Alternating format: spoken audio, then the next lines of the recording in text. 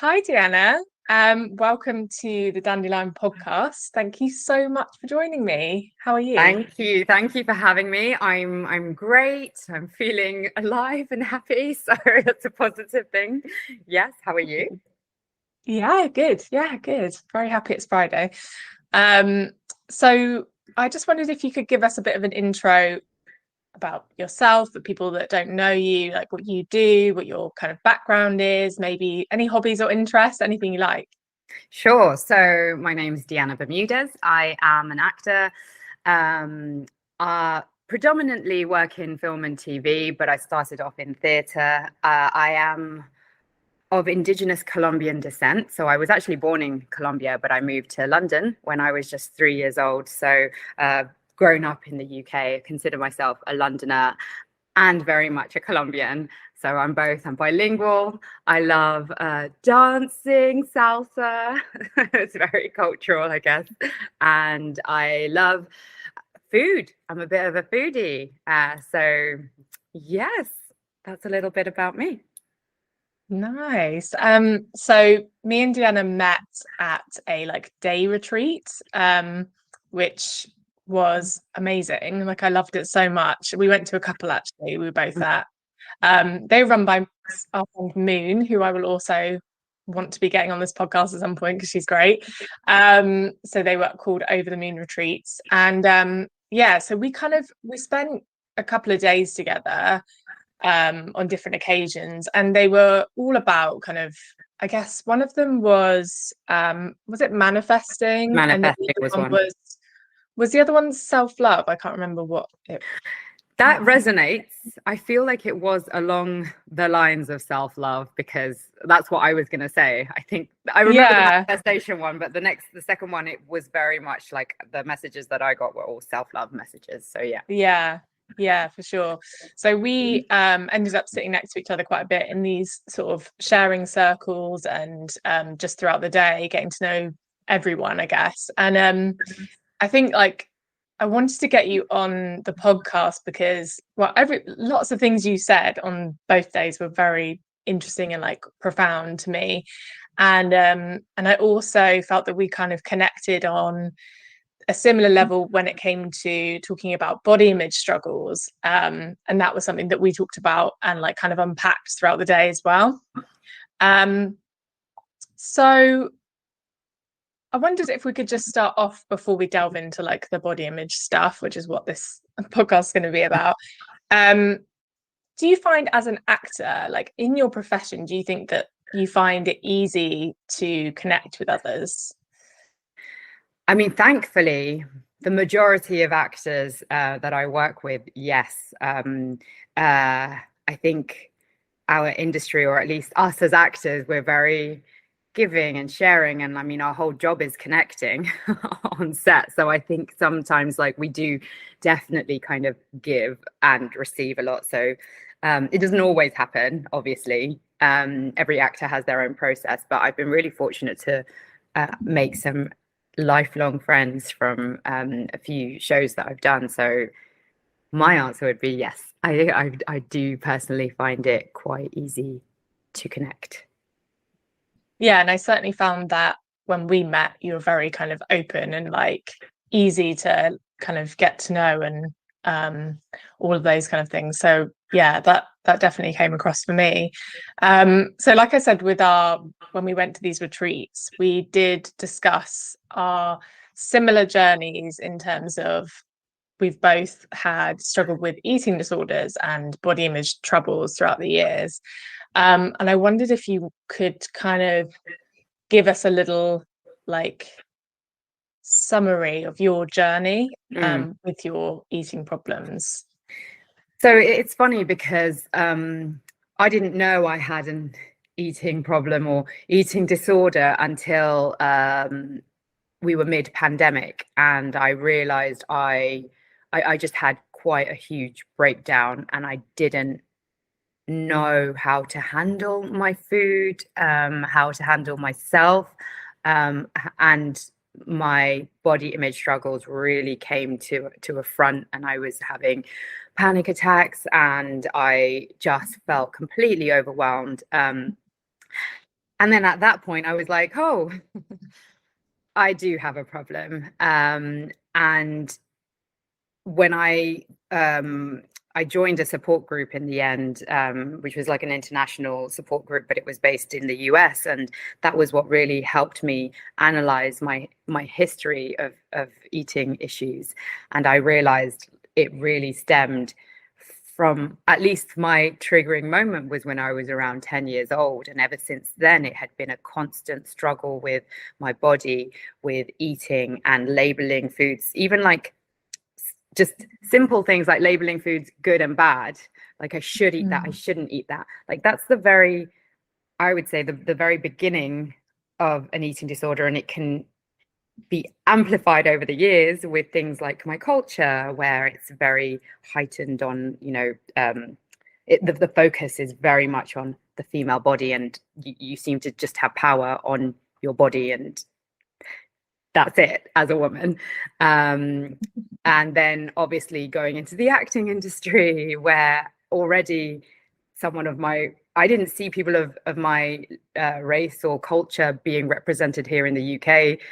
And so then not only that, but then also my body was not fitting into what I thought was what was wanted. So then there was added pressures of that. And then it kind of just grew and grew and grew until it was, my specific eating disorder was binge eating disorder and bulimia. So that was what I would do, as well as having extended periods of time starving myself. And then so it just became a jumbled mess. But it started with no, I'm just not going to eat this, and oh, I'm just going to like go to the gym because I ate this, and it just became bigger and bigger, and it snowballed into this huge thing that took me, I say it took me a year to like overcome, but it's still within my mentality. So it's like a forever journey, I would say. Yeah. Thank you for sharing that, because I know how, with eating disorders in particular, it's a really like secretive world, and it's really difficult to say these things out loud. I find, like with me, I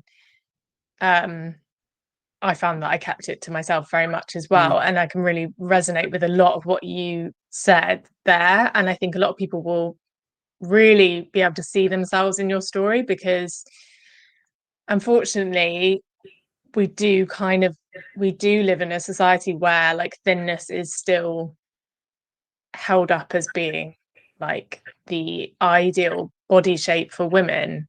And it's so frustrating, because I can't believe I'm still talking about this. I feel like I've been like fighting against this issue and like trying to, understand why we have this like obsession with thinness in our society, and in many societies. So, but it's like it's still so ingrained in our like beauty standards and everything. So it just makes, even if you don't have an eating disorder, life as a woman is very difficult in terms of like having that healthy image, like that body image. I just I wondered whether the pandemic was that, did you feel like the pandemic kind of brought this issue out, or was it something that had kind of been going on for a little while and it just sort of made it more clear and to the forefront? Exactly. It was that. It was it had been happening over a few years, really. But because I was busy, because, as you said, it's this secretive thing. And also I was unaware that it was problematic, because our society is like diet culture, and it's like, oh yeah, like cheat days, like you just exercise and restrict for 6 days of the week, but you have one cheat day where you go crazy. Like that's so normalized, right? So this whole excessive exercise and restriction and then binging seemed to me normal. And it wasn't until the pandemic happened, and then I couldn't exercise as much. I couldn't, have that flexibility with eating, because it was like we were at home and I just felt like I wanted to eat but I was trying not to. And then suddenly it was so much, like, and it definitely exploded during the pandemic. And that was when I really felt I couldn't stop myself from binging and then throwing up. And I was at home with my partner, and it was like I couldn't hide it anymore. And where I am a freelancer, where I am just constantly out and about, it was so easy to cover my eyes from it myself. Like I was ignoring it. I didn't realize that that was an issue. So having that moment to just stop, and actually you can't hide from this, and you can't run from this, and you just need to face it. And yes, that's what happened for me. Yeah, like you say, I mean, I do feel like society sort of enables this, like it kind of enables or sort of implicitly encourages this kind of disordered attitude towards food, particularly for women. But obviously men are also, they can have eating disorders too. And I guess I'll just give a really quick summary on my eating disorder, because I don't think I've spoken about it on the podcast yet, just to give some backstory. So when I was 13, that's when I got anorexia. It was kind of a mixture of bulimia and anorexia, but then it kind of tilted towards anorexia. And then I kind of struggled with that. That was probably the most difficult period of it when I was 13, until I kind of got some treatment. And then it's kind of been like one of those things that's just, I've relapsed over the years quite a few times with it, unfortunately. And it's, I don't want to say that it never goes away, because that's really upsetting to say out loud, but I think you might understand what I mean. And a lot of women and people that have eating problems will kind of, once that's in your head, I think it's very, very difficult to have like a completely normal relationship with food and your body.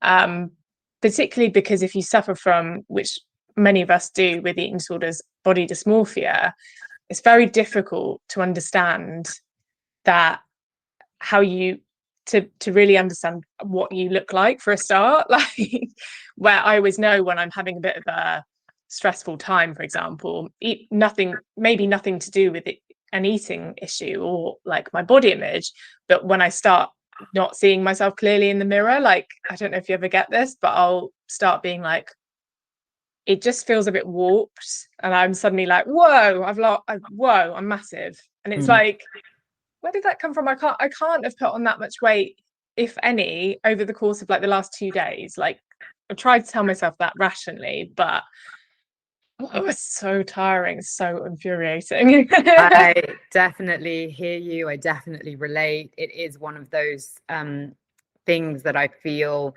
like what you said. It's difficult. I don't want to say it never goes away, but it is kind of a ingrained pattern of behavior that as soon as for example, I'm feeling overwhelmed about something, and I feel like I can't manage something, suddenly it's like my body's fault. And then because I feel overwhelmed and it's too much, I'm like, well, I can control my body by hating it. Like, it's one thing. If I hate my body, then that's something that I have control over. I mean, it's not as simple as that, but that's subconsciously what's going on, right? And yeah, like I've had a difficult couple of months, and I noticed that behavior coming in, and I found it more difficult to look at myself in the mirror, even though, like, yes, my clothes are a bit tighter because it's winter, but it's like it's so what? Like, it doesn't even matter, because bodies fluctuate, and I know this, and I tell myself this, but yet I still will avoid the mirror, because I know that I'm in a more fragile place, and it does fluctuate. And I go through, like, this summer, I felt so great. And I was like, eating disorder, who, what? That doesn't exist. I'm over that. And then it's like, I've just noticed that pattern of behavior coming back. And it's tough, like, because I know what it is, and yet I still find it difficult to to stay strong. So I hear you on the it never really quite goes. It's like it's there. Yeah. And the control piece, like a lot of people, if you haven't had an eating disorder, it's very difficult to explain, but I feel like it's kind of not about your body, or it's not about being thin in a way. When you really like break it down, a lot of it is to do with control, or at least it was for me. So I felt like when I got my first eating disorder, I my dad was very unwell. There was a lot of like, for me, I found that very difficult to deal with. So I think that's why, and I'm not blaming anyone at all, but I think my sort of preteen brain was like, okay, I can't control what's going on with my family, but I can, this is the one thing I can control. And I also struggled really badly when I was younger with acne, and it was really, really bad around that time. And I genuinely remember the thought thinking, okay, well, I can't control what's going on in my face right now, but I can control how thin I get. And it was just literally that for me. And that's the same, like you said, whenever I get stressed or overwhelmed, that will be the first thing that I immediately turn to. But I think for me, it's sort of catching it and noticing it. I wish I could just turn it off. It'd be amazing, but it's catching, noticing it, and being like, no, we're not doing that. But it's so hard. It is. Sorry, go on. No, you go on. No, I was going to say, I think the thing that I always try to remind myself is it's important to nourish myself, because I think sometimes when I say, oh, I just need to eat or not eat, I'm like, no, I have to be nourished. And just that little, like, I mean, everyone has their own ways of handling it, and I'm just like, I need to nourish myself, like, because I want to be a happy and alive person, and I love food, right? So it's like nourish myself, because that way I'll get through all of this work and all this stress, like but yeah, that's how I tried to handle the situation. And you, we touched on the fact that you're Colombian and you're very vocal about your heritage and all of that kind of stuff. And I just wondered if, does that have any impact? You said about the female body being quite focused on, is that how you put it? In exactly. In Colombian culture, could you just like expand on that if people aren't really that familiar? Sure. I think it's so funny because I was having this conversation just the other day, and for example, plastic surgery and cosmetic surgery is so completely normal in our culture. Like we celebrate quinceañeras, which is when a girl turns 15. It's her coming of age, it's her coming into her womanhood, and it's a big deal. There's like a big dress, a big it's like a sweet 16 type thing, I guess. And I remember growing up and my 15-year-old friends being gifted a boob job, lipo, bum lift, like as a gift for a 15-year-old, because it's just like, yes, of course, like we're going to now we're going to fix your body. And when I say, like, you know, the majority of my family have had some sort of cosmetic surgery, I grew up with just thinking, oh yeah, it's like, of course I'm going to have cosmetic surgery. So I never thought like when I was young and I was a chubby kid, I just was like, it's cool because, you know, this is what we do. I'll just get lipo when I'm older. I'll just do this. So like that already, the men don't do it as well. It's very much like a woman thing. But the fact that already from that age, we're already thinking of modifying our body, and so young, and there's this pressure to be sexy, you know, even that stereotype of the Latina woman is very like sexual and crazy, and she's like fiery, and you see this perpetuated in in actors like Sofia Vergara, who's very much about like this like very feminine, sexual, big breasts, like big hips, curvy women, like that for us is what as young women we aspire to be. So from a very young age, that's already like forced upon us, and then modifying our bodies is normalized. So apart from that, culturally it's very normal to comment on women's bodies, and I know that that's not just in like Latin American culture, but it's very much like, oh, gossip culture, like, oh, did you see she put on this much weight, oh, she should get some lipo, like, you know, like that's a norm. But it's very much you don't hear it about men. It's always women on women. But who is it for? The patriarchy. Right? So it's just interesting that culturally we've adopted this kind of self-hate as women, and it's something that's very present in even nowadays. Young girls growing up are very much aware that their body is their worth. And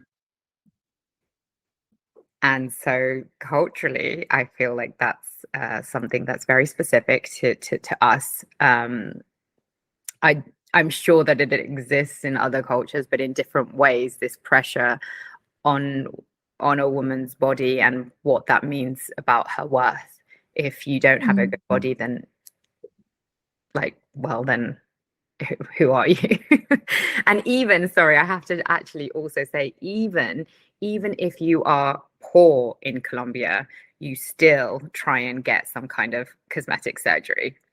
That's the extent of, you know, you're seeing these people who are, you know, selling street food and saving up to try and get a butt lift or trying to get a boob job. Like, that's how insane it is, how normalized it is. It's just like someone saying, oh yeah, I'm just going to get my eyelashes done. Oh yeah. Do you know, something like that? Yeah, I had no idea. I had no idea it was that prolific. Like, yeah. How did you deal with that then when you were coming of age? Like, were you just sort of, had you just made your peace with the fact that you might get stuff done, or were you kind of like, I'm gonna, yeah. It was very much like, I mean, I hated myself. I remember being so uncomfortable when people looked at me. I'd be like sweating, like, because again, another thing within our culture is that I am of indigenous descent. I have indigenous features, and that was also something that was other Colombians would be like, oh, you don't really look Colombian, you look more like from somewhere else, like you look more Peruvian, because Peruvian people have a lot more of an indigenous population, and actually in Latin America, whiteness is still held in high regard. So there's this expression that they use in Latin America to whiten the race. So yeah, to better the race is to whiten the race. Like, so basically growing up, I was seen as, already, not only was I a chubby kid, I was also brown and indigenous. So I had all these things, and I remembered really just hating myself. Like, I really didn't like how I looked. I just didn't feel comfortable in my own body, especially as a teenager where you're already going through all of that. Yeah, and so so that was really quite difficult, and in my mind I just couldn't wait to have surgery. I was just like, I can't wait to be old enough to have everything done. It's interesting what you were saying as well about people and other women speaking about like gossiping about body shapes. I think we do that kind of globally as well. And something that I've noticed recently is people have realized that you're not really supposed to comment on people's weight if it's like, oh, you've put on weight or they've put on weight. So people kind of get that. But what I've noticed is actually people do make a lot of comments about people losing weight, and in a very positive way. And that's something that really, really irks me, because I'm like, first of all, I just don't think we need to be talking about a woman's weight or anyone's weight, to be honest, because it's a very personal issue. You don't know what's going on with them. But also, like, giving that positive reinforcement for someone, like, you don't know why they're losing weight or why they have lost weight. So, and what are you kind of saying about their previous body type? It's just, I just wondered what your thoughts were on that.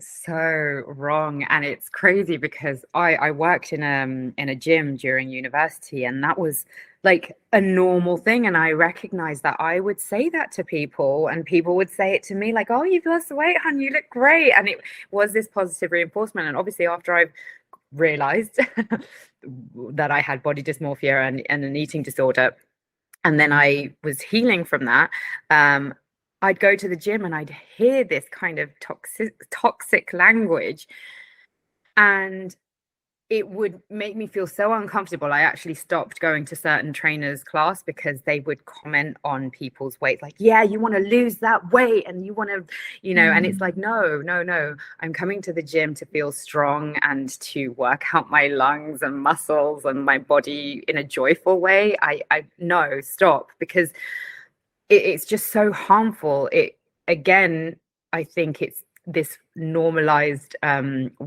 it's become normalized in our society to focus on women being smaller, and it's by applauding someone's weight loss, you're just continuing to perpetuate this idea that women need to be small, and you only look good or you're only worthy of praise when you're in a smaller body.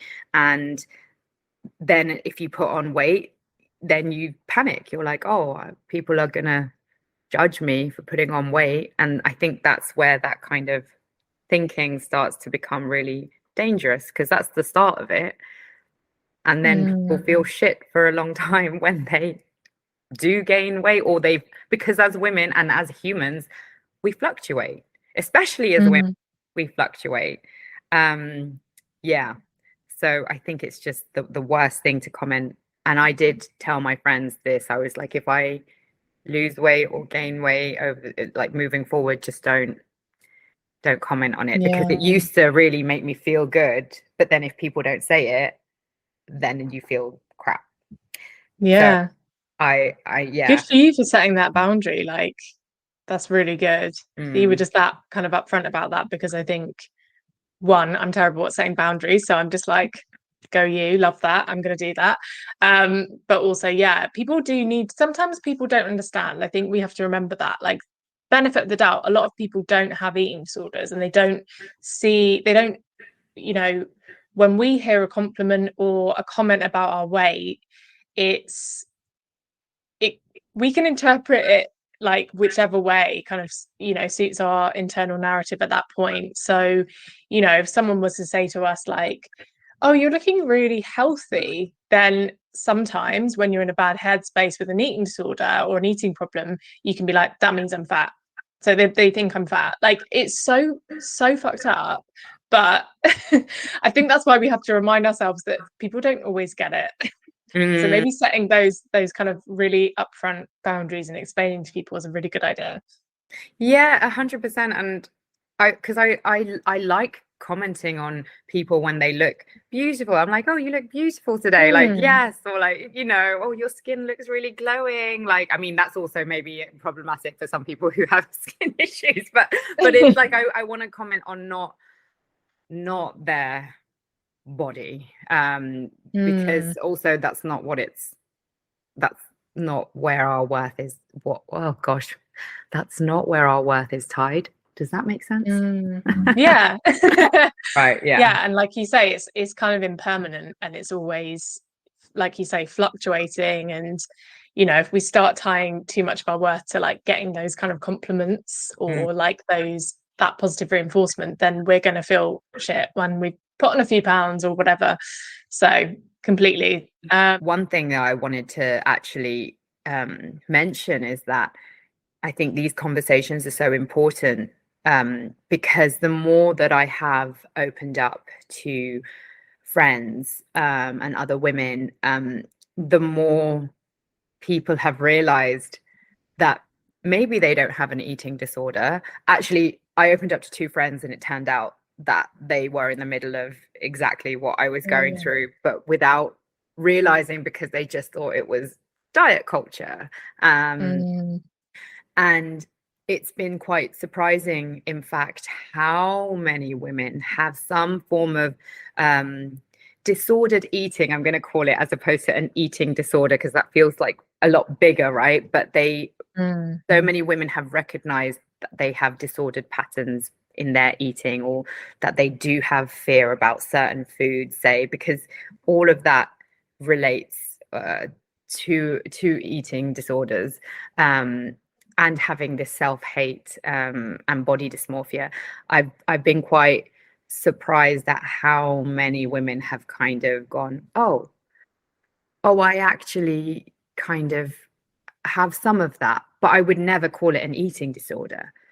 And I was like, yeah, I wouldn't have called it an eating disorder in my early 20s when I thought it was normal, either.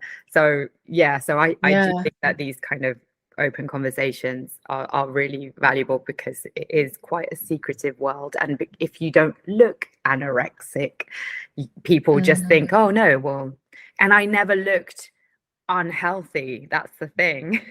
So people would never have imagined so unhealthy. I mean, yeah, I feel you so much with that, because it's so frustrating. Because there's been times in my life where I've had a secret relapse with my eating disorder, and no one would ever have noticed, like, at all. And then there's been other times where like when I was first ill, when I was younger, I went to the doctor, and obviously that took so much courage. As like a 13-year-old, I was like, oh my God, I have to go to the doctor and talk about this. And he was just like, yeah, I mean, you're slim, but you're not really like. And so I was like, cool, I'll just go and like make myself more ill then, which I did, because I was like, I'm not going to get the help that I need. And I think that's, unfortunately, I think that's a really common story for people with eating disorders, or eating difficulties, because it's just not, it's like doctors or certain people in the medical profession have these kind of blinkers on, because there's a certain structure and like box ticking on, you need to be this BMI and you need to be this blah blah blah. They just can't see. It's insane. It's insane, because everybody responds differently to restriction or binging and purging. So you don't, just because someone is not that dangerous low level or whatever criteria you need to be, doesn't mean that they're not very unwell. So it's 100%. No, 100%, because ultimately it is a mental health issue that affects, obviously, our food and our bodies. But it is a mental health issue. And I personally don't think the NHS here was not helpful for me. It actually made me worse. And I had to find a support group overseas that actually helped me with the proper mental health aspect, because I think, at least my experience with the NHS, as much as I love them, it was very focused on weighing myself and actually planning my food. And that was just like, for me, when weighing myself, that was like, I'd have panic attacks every day. So, and I was like, it's not about how much food I'm eating. That's really not it. It's about dealing with the psychology of it. And that's where that's where I felt that the NHS sadly failed me. But thankfully, I actually joined a women's support group who were all going through it, and that's how I got better. That's great. God, yeah. I mean, the NHS are amazing in lots of ways, but they are very overstretched, aren't they? And they just sometimes things like mental health. I mean, it is not great. I feel like it's actually incredibly dangerous in some ways, because they are so overstretched and perhaps don't have the resources to understand every mental health issue if you don't fit into a specific category. Very frustrating, and I could talk about that for hours, but but we won't. We won't. Moving on. So I wanted to talk a little bit about your like healing journey now, and kind of reconnecting with yourself and embracing your body. And yeah, was there anything that you found particularly helpful then?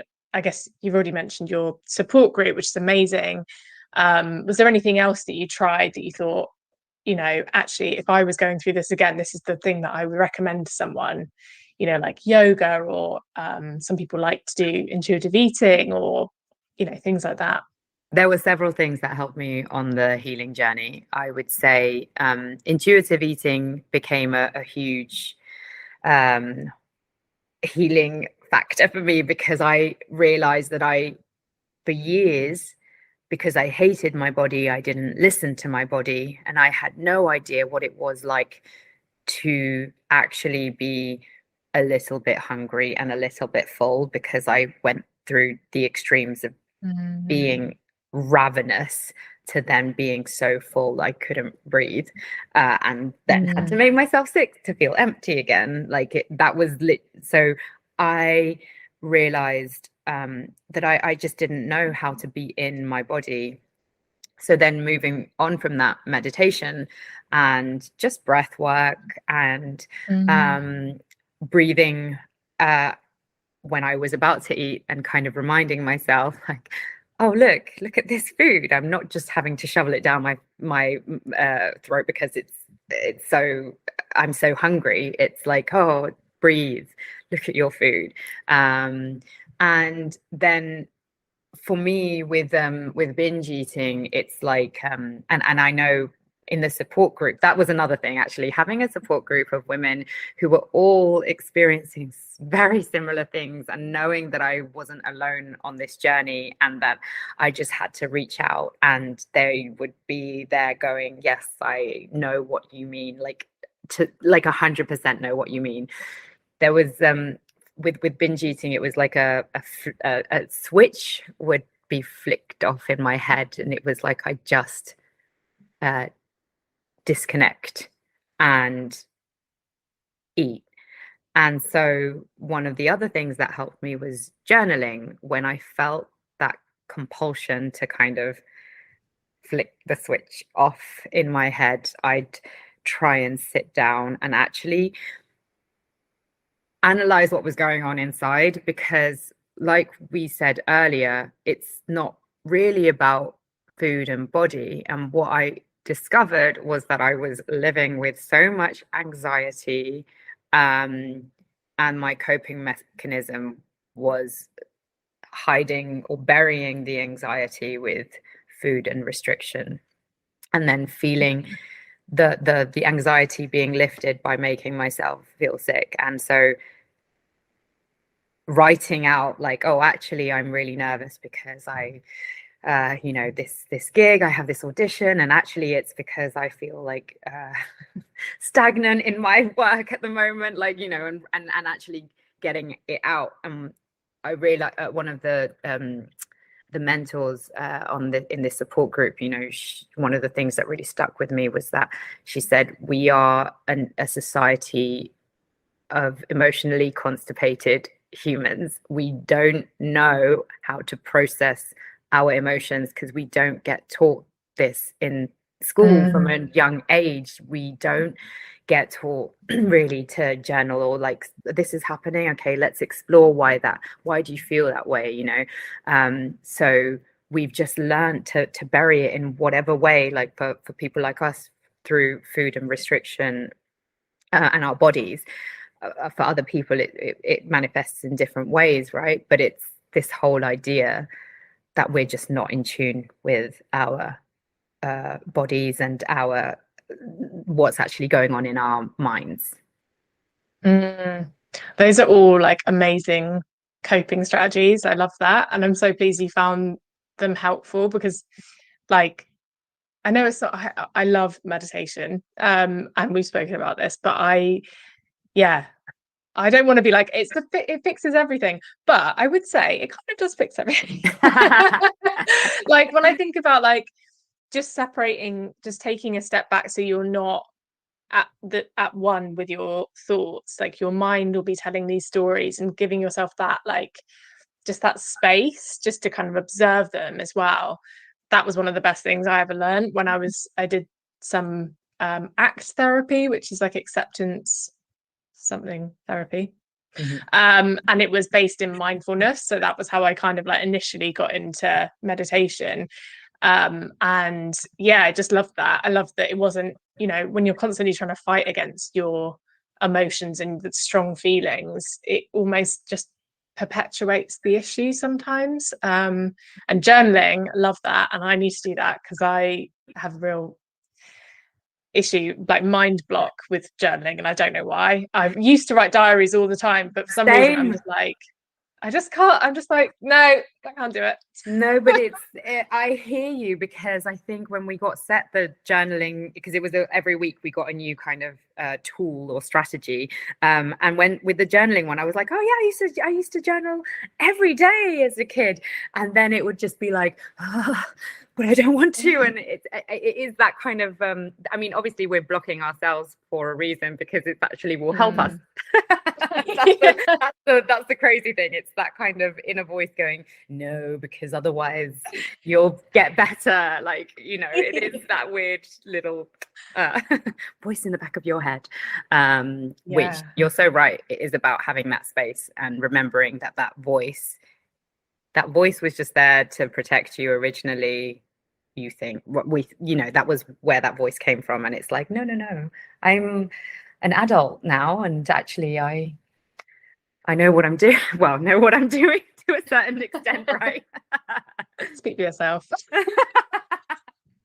So with your healing journey then, and being an actor, do you feel like that has hindered you in any way? Because we spoke a bit about how there's obviously such a strong type or body type or ideal in the acting world, and I feel like from an outsider's perspective, I feel like it is slowly changing, but I imagine still being in that industry must feel very confronting when you're trying to heal from something. Did you find it was a barrier in any way? It was definitely harder, because it was triggering, obviously, when you have a difficult time seeing yourself in the mirror to then try and see yourself on screen. However, I was lucky that not only that during my healing journey, I actually was doing recovering from this eating disorder, but also I did an acting course which was called the Spiritual Psychology of Acting. Shout out to them, because it was all about the fact that as actors we put so much we focus so much on the external, like, how do I look on camera? Does the director like me? Does this actor think I'm good, a good actor? Oh, does the makeup team like me? Like, and you're not thinking about being just present in the moment with your other actor, and it's feeling the scene.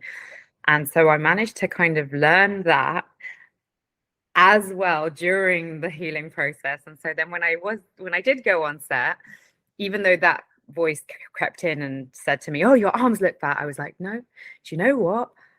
I had so much fun in that scene, and I was present, and I worked with the other actor, and it was just, so it was definitely like challenging, but luckily having two courses that I was doing, two support networks, was really helpful during that time. It still happens, obviously, and the thing is, within the industry, it's like every actress, since then I've worked with, like, every actress has been like, oh gosh, I look like this on screen, oh gosh, I look like this on screen, oh gosh, I really, like, this shirt doesn't make me look really good, like, and so it's every actress feels it, regardless of whether they have disordered eating or body dysmorphia. I do feel like it's just a norm to hate yourself on screen. So that's not helpful. However, because every other actress is like that, I feel like I'm able to be like, no, you look great. Like, no, stop, no. And so then it makes me reinforce that on myself, because if I'm saying it to other women, then I'm like, no, so I must look great, like regardless of what that little voice is saying, because if they are all judging themselves, like, I know it's not real, you know. I know that they're seeing something that is not there. Yeah, completely. And fair play for you to be in an industry that is so focused on how you look. Like, with a lot of us, we can be going through these struggles and not have to. I mean, we will still feel the pressure of like being a woman and in our society, but we won't have the same pressure. Like, your job, your kind of, whether or not you get a job could depend on how you look, which is really like quite it's really messed up, but it's also like just part of the job, I guess. But it's just, yeah. No, but it is. I know it is messed up. I actually had a conversation with one of my friends, and she was like, I'm pretty sure I didn't get the job because I'm not hot and slim enough.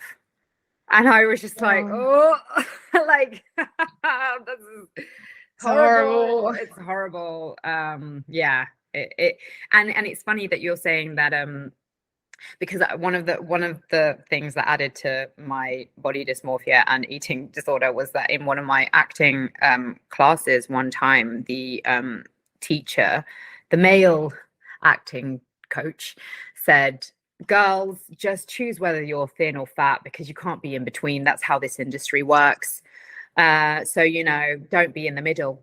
And me being very much in the middle was like, okay, so like I either put on weight, which it's like I'm not naturally bigger and I'm not naturally smaller because I'm naturally in the middle, right? But I remember that was a very much a perspective, and you know, there's a room of like 100 girls in there or whatever, all being told this information, like, okay, and then we see it on screen, so we believe it. So for years I believed I wasn't getting jobs because I wasn't slim enough. Yeah. Wow, fuck that guy. Yeah. Sorry. I'm sure he was a great teacher in other ways, but still. No, that's not nice. Fuck him. So do you think then, like, being in the public eye and other people in the public eye, do they have a duty to be in some way a role model to other women, or particularly younger women? Like, do you think that there's a duty there to show more diversity of shapes? And do you feel like yourself, do you feel you need to maybe deal with the body image issues so that you can be a good role model? Like, do you get that pressure at all? I think to a certain extent, but the thing is, it's like people, I also feel that people look at me and go, what is she talking about? She's really slim. So I'm like, how far of a role model can I be? And it's hilarious because I do speak to some friends who I'm just like, you've got such I mean, obviously, like, but in my mind, I'm like, your body's incredible. I think every woman's body is incredible. And other actresses who are like, oh, you know, like I've been asked to do a nude scene, and I'm just like, well, I mean, there's an issue with nude scenes in the industry, but like in general, like when they're curvier, they're like, but I'll be that woman who's like empowering other women. And I think to myself, but you're not even like curvy, really, like, as in, like, you're a normal woman. It's so crazy that we feel like, oh yes, I will be representing like bigger women, but it's like, but you're just a beautiful, healthy woman. Like it's, I don't know, I feel like it's not fair that we put that pressure on ourselves to represent, and also that's not my main focus, as in I represent a lot of I like to highlight a lot of Indigenous issues and within my own cultural background and to the wider world. So if people see me and think, oh yeah, she's a normal woman and that's inspiring, then fair. But I guess that's not my main goal. Is with that question, that probably wouldn't even been asked to a guy. So it's kind of, do you know what I mean? Like, there's so much pressure on women. It's like, now you have to be not just, you know, fit into a certain ideal, but now if you if you're going to be in a public eye, you've got to also be a role model, and you've got to be inspiring, and you've got to be this. And it's like, at the end of the day, we wouldn't ask that same question to a man, because unless he had a body shape that wasn't completely chiseled and ridiculously like athletic, then it would probably then be a conversation. So it's kind of ridiculous. No, it's true. It is true. You're right. It's like, yeah. Yeah. Okay, well, we're getting to the end now, but I wondered if you could just, what is one thing or two things that you might say to your younger self, or the version of you that was initially struggling with how she looked? Oof. I would say so many things. My goodness. I think I would firstly teach my younger self about our Indigenous ancestry and show myself beauty in different forms, because that was something that I wasn't shown. I would also tell my younger self that I would tell my younger self that I'm beautiful. I didn't really feel that or hear that a lot when I was young. So I would just, I would show our beautiful ancestors and say, these were our amazing ancestors. They were beautiful and intelligent and amazing, and they created so many amazing things, and you should be proud to look like them. And yeah, that's what I would say. Oh, that's really nice. I love that. Oh, this has been such a amazing conversation, and I feel like so many people are gonna resonate with what you're saying, and hopefully, just talking about it has maybe opened up a thought process in someone's head to think, maybe I should consult this thought I've had about myself. Maybe I should talk to someone, or all of that stuff would be amazing to come out of this. So I really appreciate it, and I particularly appreciate the fact that with your industry, talking about these sort of things is very sensitive, and but you've been so open and like honest and stuff, so I really thank you for that. If people if they don't already follow you on any social media platforms, do you want to share your tags and your Sure. I mean, you can find me on Instagram mainly, and it's at Diana Bermudez, DianaBer. No, I'm not going to spell it out. I will tag it in. Yeah, it's just too long.